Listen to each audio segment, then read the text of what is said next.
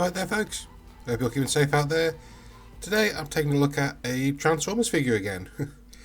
It's the Buzzworthy Bumblebee Lines Silverstreak.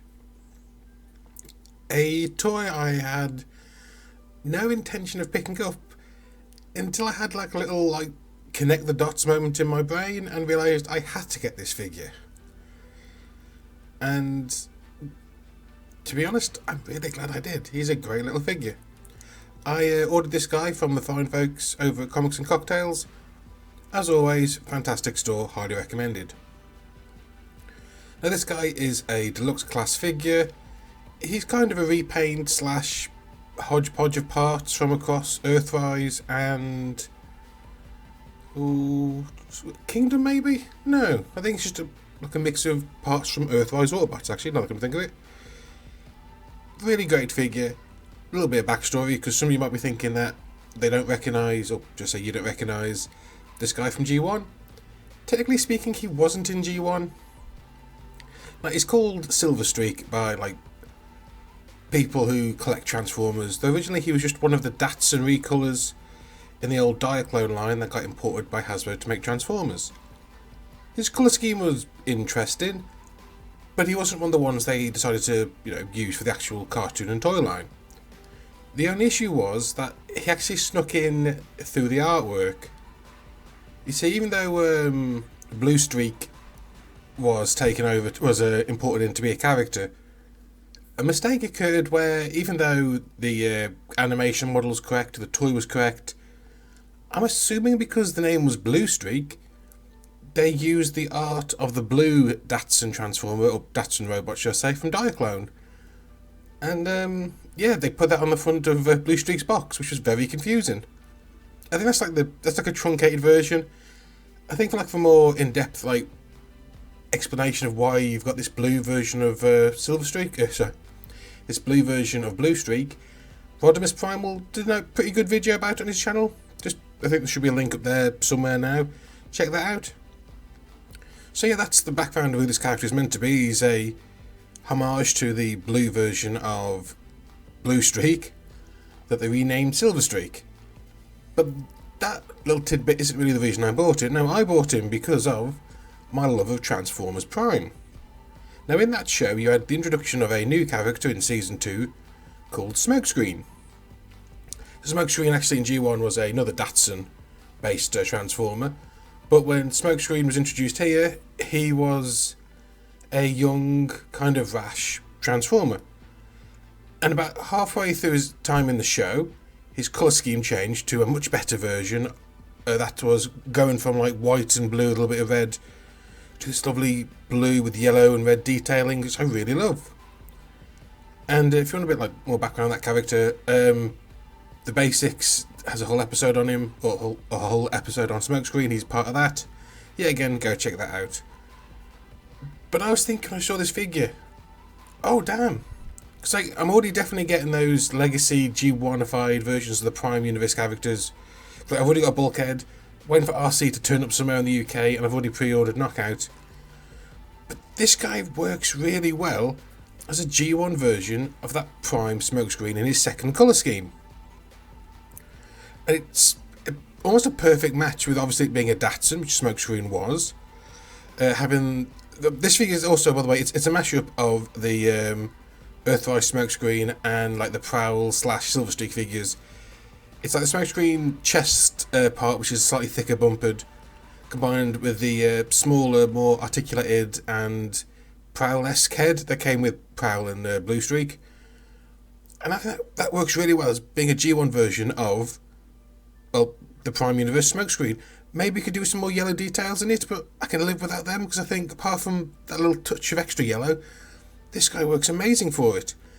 And overall, this is a fantastic figure. I didn't actually ever pick up any of the Datsun Autobots in Kingdom or Earthrise or whenever the other ones came out.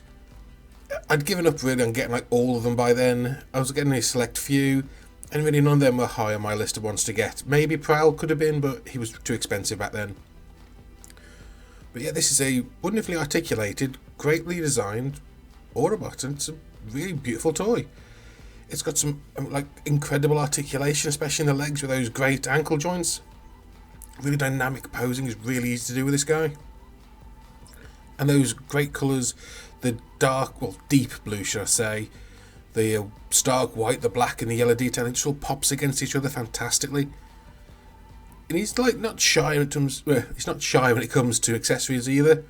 He's got like the Datsun Autobot shoulder cannons. The shoulder cannons are like they sit collarbone cannons, I suppose you could call them.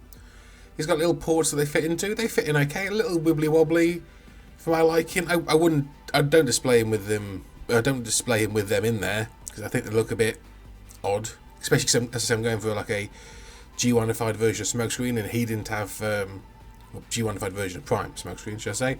And he didn't have shoulder cannons. He's just got his little gun. It's a nice gun, a little skinny maybe, but that can quite easily be sorted out. I'll show you how later on. And all these weapons are, of course, blaster fart. Oh, Jesus Christ. Blaster effect part compatible. That's better. They look really great with them in. You can get some nice dynamic poses with the guns being fired. And they really add... I really like when you get a decent option when it comes to weapons. And what's really nice with it is you can take those shoulder cannons up, just say collarbone cannons off, and you can combine them with his main gun. They've got little 5mm ports in those little guns, and his main gun's got two 5mm pegs on each side. So put the three of them together, you get this wonderful triple-barreled blaster, which I think is definitely what I want to keep him displayed with. And of course, being a modern figure, and also as I think quite a nice touch, unintentional of course, to him being like in the Prime show. He was introduced at the time when they were all looking for like Cybertronian artifacts. So of course it's quite nice that you can just kit him out with all sorts of stuff. He's got loads of 5mm ports on him, so just stick whatever you want on there. He's also does one thing I really like. You can actually get the Earthrise jetpack from the accessory pack on there. Not a lot of Autobots can do that and make it look good. This guy can, and I think it looks really great. Just decked out with all these ridiculous odds and ends.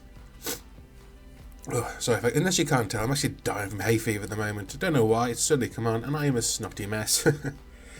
Comparing his robot mode to some other Transformers I've got in my collection, here he is with some smaller guys, the also Buzzworthy line, Bumblebee and Pipes, with Earthrise Cliffjumper and Genselec Artfire, with Legacy Bulkhead and Kingdom Blaster, and here he is with Earthrise Optimus Prime. He looks great with all of them, just fantastic. His vehicle mode also, I think, is really well done.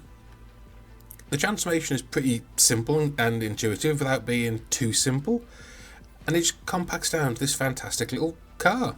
Obviously a Datsun, but my only complaint maybe some silver could be added to the wheels, for the hubcaps. I might just do that myself, to be honest, with some silver paint and Sharpie. But it's got lovely sleek lines. It's really just really nice to look at. You lose a lot of that, a lot of the white, should I say, is hidden inside. So it's a much darker looking vehicle with the sort of midnight blue with that nice silver hood. Looks fantastic. And of course you can stick the weapons on him. He's got those ports that worked in robot mode for his two little guns work just as well here. Not only that, but you can stick his main gun on top for, I don't know, a bit of roof mounted gun action. Comparing him to some other the Transformers I've got in vehicle mode, he's a fair size for a deluxe class. You can see, like, compared to the other deluxes, which he was quite larger than in robot mode, he's not that much bigger in vehicle mode. He really condenses down quite well, and he fits in really well with some larger ones like Bulkhead or Prime in here in vehicle mode. I love that there's like a carried over sense of scale between all of them. You can really get the feeling that someone who'd fit in the cockpit or the driving seat of one would fit in the rest really well. And yeah, that's kind of my review for this guy. I highly recommend picking him up. You can get him on online retailers like In Demand, Comics and Cocktails, all that sort of thing. He's a really great figure for like a deluxe class price point. If you're like me and you're trying to get more of like a Prime-centric collection, he works really, really well as a stand-in for a G1ified legacy version of Smokescreen. And he just looks fantastic alongside the other G1 versions of those Prime Universe characters. I just really can't wait to get that RC. See if I can somehow track down a version of the Earthrise Ratchet mould, or hope maybe that Hasbro will re-release it, maybe in a slightly more accurate colour scheme. One can hope. Well, that's it, folks. I hope you enjoyed the review. If you did, please leave a like, a comment down below, and if you're not subscribed, please subscribe for more, hopefully getting better contest. Oh god, I got that wrong again. I could feel myself going through the word and still cocked it up. If you want to subscribe for mediocre contents at best, that's better. Well, okay, folks. Until next time, I want you all to stay safe, stay sane, and keep on rolling. I'll see you all next time. Ta-da!